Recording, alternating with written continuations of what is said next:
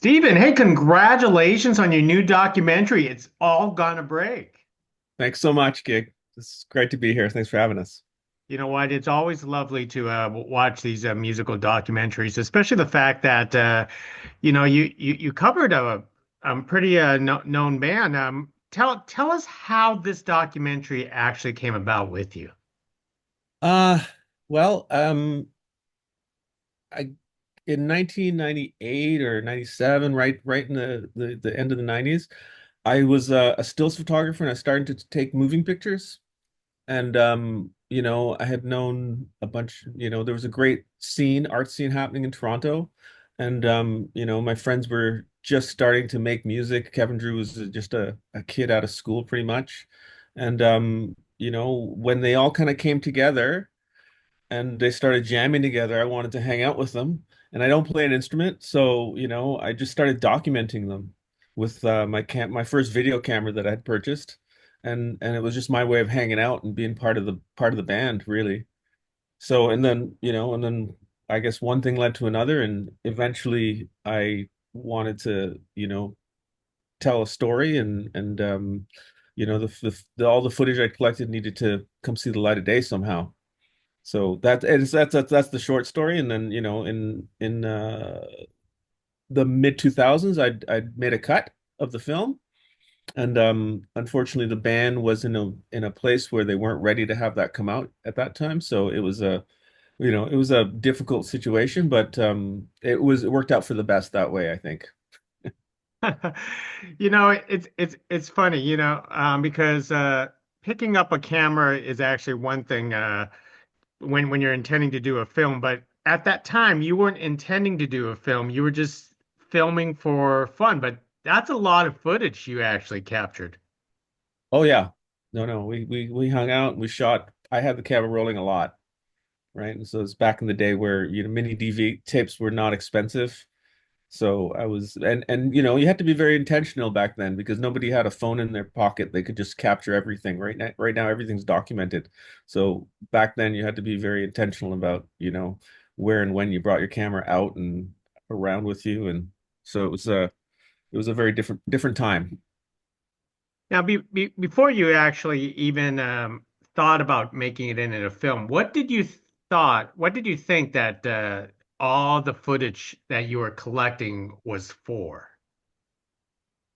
I didn't really think about it. It was really just a instinctual, thing that was inside of me, and I just said, well, these guys are doing something cool, right? And I loved the music, and really music brought us together, and it was that the power of what they were doing that made me just want to be there. So I didn't really think about it at the time, right? It just took a while for it to, you know, for me to figure out what I was doing it for. So there was no real intention at the time. So back in 1998, when you start to hang out with these guys that eventually become the Broken Social Club, what did you think? Did you even imagine how big they were going to get? Not at all. Not at all. It was just friends hanging out. They didn't really have an agenda, right? They were making, like, some of the older members of the band really thought, maybe this is something and we're going to do something special here. But I think for the younger folks that were just there, they were just there to make music, honestly, and they did it, on their own terms, and they just came together for the love of music, and it was. I hope that answers your question, sort of. Well, how about this? Through your observations, how do you think that this band actually work with all this how can you say mismatched of musicians where they cycle in and out, and sometimes they can't even get the same people at the same concert because everyone still have their own lives. That's just the way it is. It's just kind of always been like that. And it started out with a couple people, and they just brought their most talented friends who wanted to contribute in and around to hang out and play music together. And then the band name of the band kind of is appropriate because it's just like a fractured unit that, you know, if they can't have somebody, they'll just find somebody else to come in and replace them, and then that makes the whole thing evolve and change, and everybody brings something special to the party, and everybody brings their own special spice to the dinner, and you put it all together, and it changes up, and it's never the same twice on stage, and it's never the same, it's never the same meal again. So, that's my analogy, I guess. So for yourself, did you consider as a special friend to this band, or just how can you say a very long time groupie in a Oh, sense? no, yeah, no, we're friends, right? There's no groupiness about it. I was like, embedded with them before they really started playing music together. I knew the three core members all separately, and they didn't all necessarily know each other at the time either. I met some of them before they knew each other. So, it was just what was happening in Toronto at the time was just a great art experience and a great art experiment that, there was all sorts. It wasn't just music, it was, fine art. There was tons of galleries, artist run galleries. Rent was cheap, so you could be a barista or a whatever, to work as a PA on a film set during the day and then make music whenever you had a chance later on. So it was like, the environment was ripe the environment of Toronto was ripe at that time for something like this to happen. Now, your friendship with them, this is a very long time to be friends with them and hang out. I mean, I don't even know if I have friends that I hung out for that for that long. This is nearly a decade that you picked up a camera with them. Oh yeah. Yeah, it took the most of the footage is collected between like 98 and 2008, and then, for the film it's just kind of current day interviews. And we haven't been super tight the whole time. I had kids, and hanging out with your friends while they're off jetting around is just like it's not a possibility at that point in time. So we're just and we've come together and we're close at sometimes and we're not as close at other times, but there's no love lost between me and the band. We're just there when it came time to make the film again. I just called him up. It was during COVID, and this is after the film had been put to bed, put to rest for, over a decade. And I called up Kevin Drew, one of the main guys in the band, and he was in a bathtub in England. And I said, "Hey, I think it's time we make this film." And I pitched him for about 2 minutes, and he said, "Yeah, it's time. Let's just do it." It's amazing because of the fact that that they said no the first time, and then they finally believed it was time to make this film. What was the difference between when you did the first rough cut and to the final film in terms of the story? Because you said in the film that you actually believe there wasn't a story the first time around, but there was a story the second time.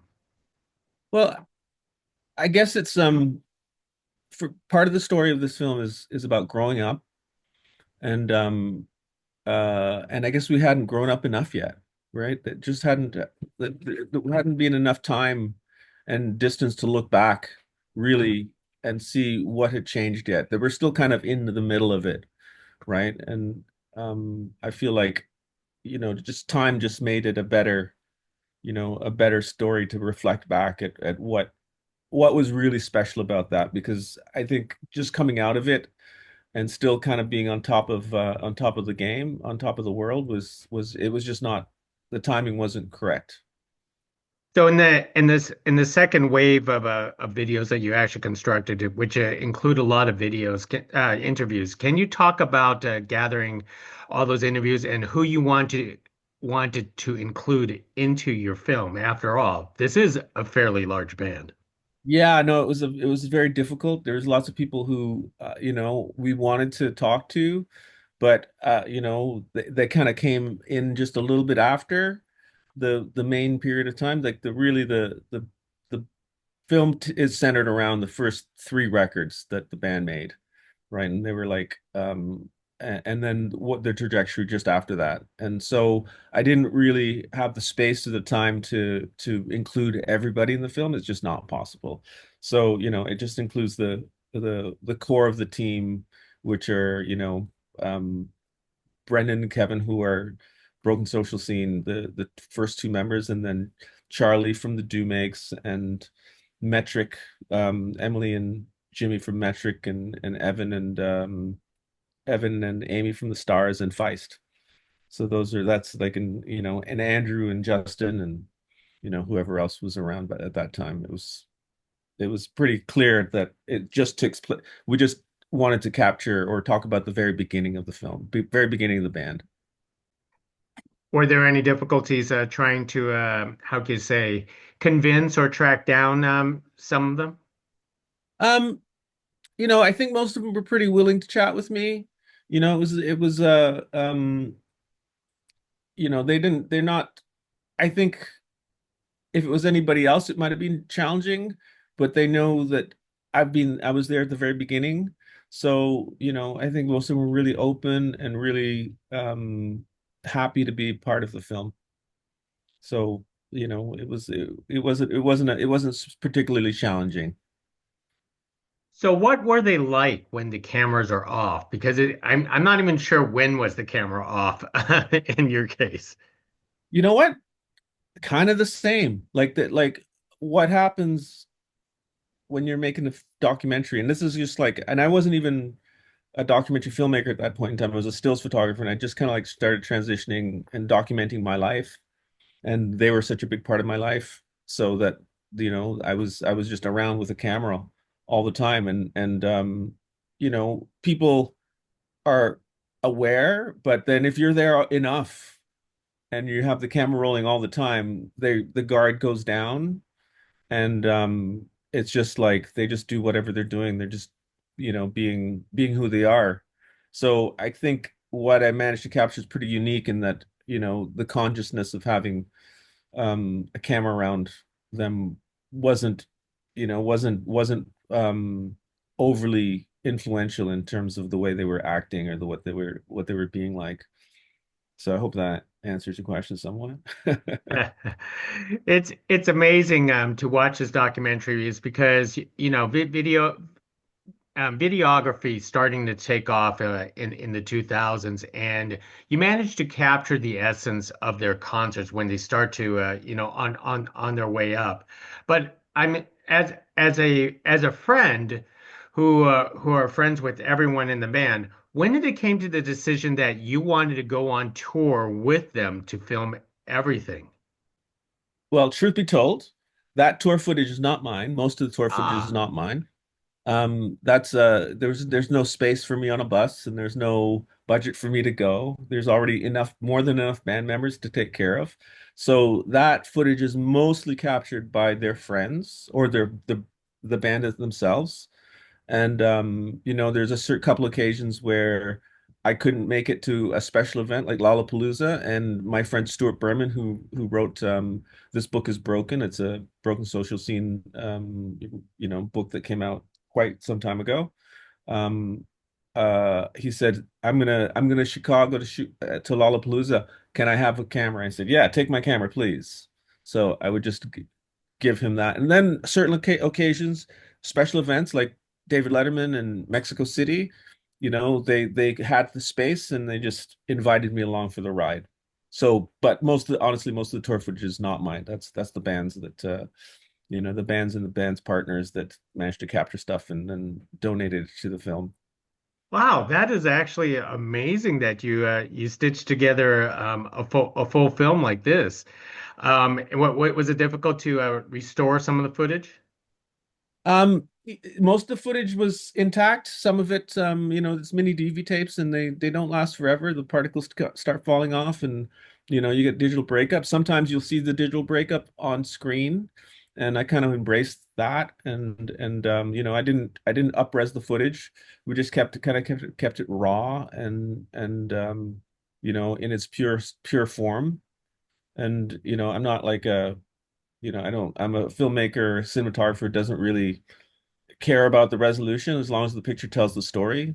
That's kind of where I, my kind of mindset when it comes to filmmaking. It could be a cave drawing or it could be, shot in an 8K. It doesn't matter as long as it tells the stories. That's the thing that my attitude toward pictures and storytelling. Well, let me wrap it up with one last question. And as people have a chance to watch this film, it's all gonna break. What is the one most important take you hope they walk away with? It's about bringing some positivity. Like what happened at that time was a magical point in our lives, and it's the the community came together um, through the love of music, and I feel like our the I want people to feel the love and the magic that happened at that point in time, and it's not about the classic um story of rising and falling and coming back together again.